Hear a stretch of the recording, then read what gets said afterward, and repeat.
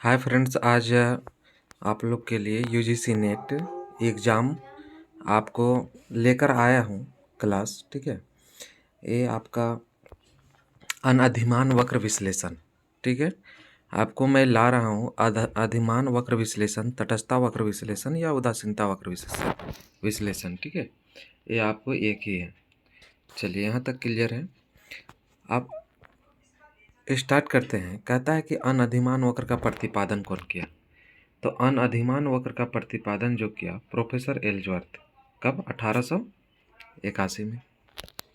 ठीक है, उनके बाद कहता है कि कहाँ पर? अपनी पुस्तक में। अपनी पुस्तक कहाँ? Mathematical physics. ठीक है, दो व्यक्ति के बीच वस्तुओं के विनिमय को संभावना को प्रदर्शित करने के लिए किया। ठीक है, दो व्यक्ति के बीच, ठीक है, वस्तुओं के विनिमय को संभावना को प्रदर्शित करने के लिए अनअधिमान वक्र का उपयोग किया गया। ठीक है, चलिए अब आप लोग को बताते हैं आगे। कहता है कि 1982 ईस्वी में इरविंग फिशर ने अनअधिमान वक्रों का प्रयोग उपभोक्ता की संतुष्टि के विश्लेषण के लिए किया। किसके लिए? आपका उपभोक्ता की संतुष्टि के लिए आपका इरविंग फिशर जो है 1892 में अधिमान वक्रों का प्रयोग करते हैं। पर एल्जवर्थ तथा फिशर दोनों ही उपयोगिता के संख्यात्मक माप में क्या है? विश्वास करते थे। उपयोगिता का संख्यात्मक माप कौन? फिशर और एल्जवर्थ। चलिए ठीक है, अब आगे बढ़ते हैं।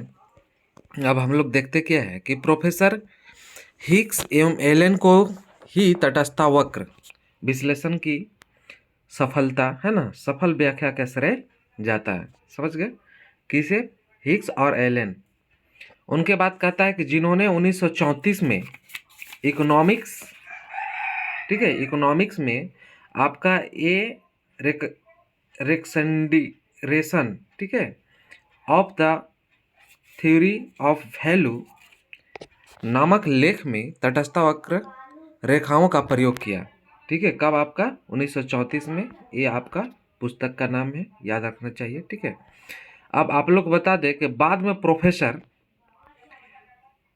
आपका प्रोफेसर हिग्स ने अपनी पुस्तक वैल्यू एंड कैपिटल में व्याख्या की। ठीक है, अपनी अपेक्षाकृत नई पुस्तक रीजन ऑफ डिमांड, है ना, रीजन ऑफ डिमांड थ्योरी में भी क्या है? प्रोफेसर हिग्स ने तटस्थता की अधिक व्याख्या करते हैं, व्यापक, ठीक है, अधिक व्यापक विश्लेषण करते हैं। चलिए अब आगे चलते हैं। आप देखते हैं अनधिमान वक्र किसे कहते हैं। समझ गए? थोड़ा सा यहाँ पर एग्जाम्पल के साथ में। ठीक है, देखिए अनधिमान वक्र। अनधिमान वक्र दो या दो से अधिक वस्तुओं के संयोगों को प्रदर्शित करने वाले बिंदुओं का बिंदु पथ है जो उपभोक्ता को समान संतुष्टि प्रदान करते हैं। ठीक है, उसे क्या कहते हैं? अनधिमान वक्र कहते हैं। समझ गए? अब उसी तरह से इनका और एक है। ठीक है, कहता है कि अनधिमान वक्र दो वस्तुओं के उन संयोगों को प्रदर्शित करता है जो उपभोक्ता को समान चुनाव संतुष्टि देता है। ठीक है, क्या है? समान चुनाव संतुष्टि देता है। इसलिए उपभोक्ता एक इन संयोगों के मध्य चुनाव करने को तटस्थ होता है, इसलिए इन्हें उदासीनता वक्र, ठीक है, या फिर तटस्थता वक्र कहते हैं। समझ गए कि अनधिमान वक्र, ठीक है, और उदासीनता वक्र, तटस्थता वक्र। ठीक है,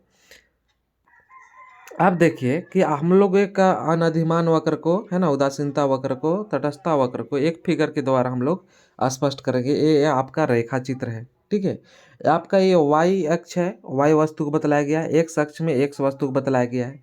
ठीक है, और इनके विभिन्न आपका इकाई जो है, और आपका एक्स अक्ष और वाई अक्ष मिलके एक बिंदु ए, बी, है ना, सी, डी, ऐसे करके आपका 3 4 5 बिंदु मिलते जाते हैं, और इस बिंदु को हम लोग जो मिलाते हैं यही मेरा अनधिमान वक्र होता है।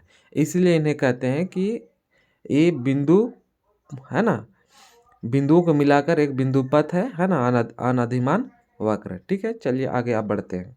अब देखिए, कहता है कि अनधिमान वक्र की विशेषता क्या है। तो ये इंपॉर्टेंट है, एग्जाम में आता है ये सब। ठीक है, तटस्थता वक्र तटस्थता की वक्र रेखाएं नीचे की ओर दाहिनी तरफ झुके हुए रहती है, जैसे आप लोग यहाँ पर देख पा रहे हैं दाहिनी तरफ, ठीक है। और इसकी ढाल ऋणात्मक होती है, सही बात है। तटस्थता की वक्र रेखाएं मूल बिंदु की ओर उन्नतोदर होती है, ठीक है। जैसे आपका ये आपका केंद्र बिंदु है ना, मूल बिंदु, इधर आपका ऐसे उभरा हुआ भाग रहता है, उसको उन्नतोदर कहते हैं, समझ गए। अब आगे हम लोग देखते हैं, कहता है तटस्थता की वक्र रेखाएं एक दूसरे को कभी नहीं काट सकती, नहीं काटती है, समझ गए। इस तरह से आपका दो तीन रेखा खींचते हैं तो एक दूसरे को कभी नहीं काट सकते हैं, समझ गए। आप चलिए आगे आगे देखते हैं अगला विशेषता क्या है, ठीक है। अगला विशेषता क्या है कि प्रत्येक उपभोक्ता की किसी भी वस्तु समूह के लिए एक से अधिक तटस्थता की वक्र रेखाएं होती है।